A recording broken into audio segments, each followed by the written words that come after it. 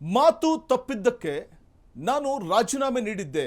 ಇಂಡಿ ಶಾಸಕ ಯಶವಂತರಾಯಗೌಡ ಪಾಟೀಲ್ ಸ್ಪಷ್ಟನೆ ಕೊಟ್ಟಿದ್ದಾರೆ. ಸಚಿವ ಸ್ಥಾನ ನೀಡ್ತೇನೆ ಅಂತ ಮೊದಲೇ ಮಾತು ಕೊಟ್ಟಿದ್ರು, ಅದರ ನೀಡಿದ್ದ ಮಾತನ್ನ ಉಳಿಸ್ಕೊಂಡಿಲ್ಲ.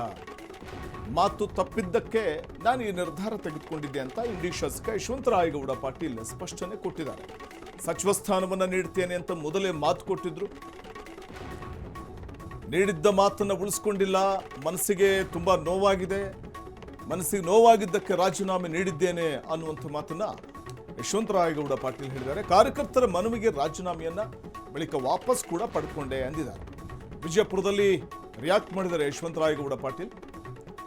ಮನಸ್ಸಿಗೆ ಬಹಳ ನೋವಾಯಿತು, ಮಾತು ಕೊಟ್ಟಿದ್ರು, ಮಾತು ತಪ್ಪಿದ್ದಕ್ಕೆ ನನಗೆ ತುಂಬಾ ಬೇಸರ ಆಯಿತು. ಹಾಗಾಗಿ ನಾನು ರಾಜೀನಾಮೆ ನೀಡುವಂಥ ನಿರ್ಧಾರಕ್ಕೆ ಬಂದೆ. ಬಳಿಕ ಬೆಂಬಲಿಗರ ಒತ್ತಾಸೆಯ ಮೇರೆಗೆ ವಾಪಸ್ ಪಡ್ಕೊಂಡೆ ಅಂದಿದ್ದಾರೆ. ಏನು ಮಾತು ಕೊಟ್ಟಿದ್ರು ಅವನು ಯಾಕೆ ನಡೀಲಿಲ್ಲ ಅಂತಕ್ಕಂಥ ಭಾವನೆಯಿಂದ ಮಾತ್ರ ನಾನು ಈ ವಿಷಯವನ್ನ ಇಷ್ಟು ದೀರ್ಘಕ್ಕೆ ಹೋಗ್ತಕ್ಕಂಥ ಒಂದು ಪರಿಸ್ಥಿತಿ ನಿರ್ಮಾಣ ಆಗಿದೆ. ಏನು ಉಪಾಧ್ಯಕ್ಷರು, ಯಾಕಂದ್ರೆ ಅಧ್ಯಕ್ಷರು ರಿಸೈನ್ ಮಾಡಿದ್ರು ಮೊದಲೇ ಮಂತ್ರಿಮಂಡಲದಲ್ಲಿ ಯುಟಿ ಕಾದವರು ಅಧಿಕಾರ ವಹಿಸಿಕೊಂಡ ನಂತರ ಉದ್ರಪ್ಪ ಲಮಾಣಿ ಅವರು ಸಾಮಾನ್ಯ ಉಪಾಧ್ಯಕ್ಷರು ಆ ಅಧಿಕಾರದಲ್ಲಿದ್ರು. ಸೊ ಅವ್ರಿಗೆ ಹೋಗಿ ನನ್ನ ರಾಜೀನಾಮೆ ಪತ್ರವನ್ನ ಸಲ್ಲಿಸಿದೆ. ಕಾಂಗ್ರೆಸ್ ಸರ್ಕಾರದ ಪರಿವಾರ ಏನಿತ್ತು ನನ್ನನ್ನು ದೂರ ಇಟ್ಟಿದೆ ಅಂತಕ್ಕಂಥ ಭಾವನೆ ಬಂದಿತ್ತು. ಆದ್ರೆ ಕಾಂಗ್ರೆಸ್ ಪಕ್ಷದ ಪರಿವಾರ ನನ್ನ ದೂರ ಇಡಲಿಕ್ಕೆ ಸಾಧ್ಯ, ಯಾಕಂದ್ರೆ ಎಮೋಷನಲ್ ಅಟ್ಯಾಚ್ಮೆಂಟ್.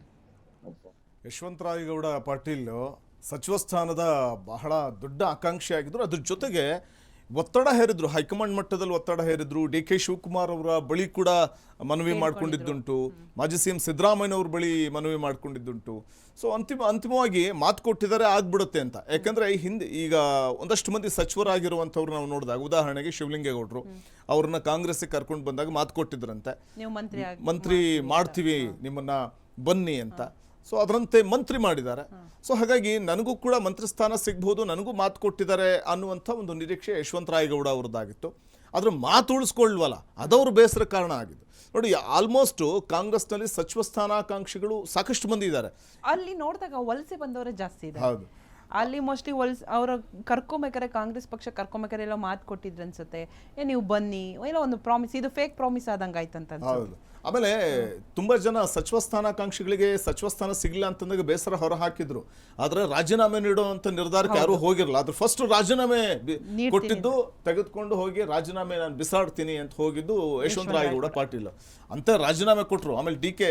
ರಾಜೀನಾಮೆ ಕೊಟ್ಟಂಥದ್ದನ್ನ ನಾನು ಕೂಡಲೇ ಅಕ್ಸೆಪ್ಟ್ ಮಾಡ್ತೀನಿ ಅಂತ ಕೂಡ ಹೇಳಿದ್ರು. ಅದೆಲ್ಲ ಒಂದ್ ಕಡೆ ಮನಸ್ಸಿಗೆ ಇನ್ನೂ ನೋವು ಜಾಸ್ತಿ ಐತೆ ಅನ್ಸ. ಯಾಕಂದ್ರೆ ಯಾವಾಗ ರಾಜೀನಾಮೆ ಕೊಡ್ತಾರೆ, ರಿಸೈನ್ ಮಾಡ್ತಾರೆ, ಆ ಕ್ಷಣದಲ್ಲಿ ನಾನು ಅಕ್ಸೆಪ್ಟ್ ಮಾಡ್ತೀನಿ ಅಂದಾಗ ಎಲ್ಲ ನೋವಾಗುತ್ತೆ. ಆಮೇಲೆ ಅವ್ರಿಗೆ ಇನ್ನೊಂದೇನಂದ್ರೆ ಪಕ್ಷನಿಷ್ಠೆ ಬೆಲೆನೇ ಇಲ್ವಾ ಅನ್ನೋದೊಂದು ಬಂದ್ಬಿಡುತ್ತೆ. ಅಟ್ಲೀಸ್ಟ್ ನಮ್ಮನ್ನ ಸಮಾಧಾನ ಮಾಡಿಸುವಂಥದ್ದು ಅಥವಾ ಕೂತು ಮಾತಾಡುವಂಥದ್ದು, ಏನೋ ಒಂದು ಸಮಾಧಾನ ಮಾಡ್ಬೋದಿತ್ತು ಅನ್ನುವಂಥ ಒಂದು ಬೇಸರ ಇತ್ತು. ಆದ್ರೆ ಅಂತಿಮವಾಗಿ ಅಭಿಮಾನಿಗಳ ಜೊತೆ ಅಥವಾ ತನ್ನ ಬೆಂಬಲಿಗರ ಜೊತೆ ಮಾತಾಡಿ ಅವ್ರ ಮನಸ್ಸಿಗೆ ನೋವಾಗಬಾರ್ದು ಅಂತ ವಾಪಸ್ ತಗೊಂಡೆ ಅಂತ ಹೇಳ್ತಿದ್ದಾರೆ.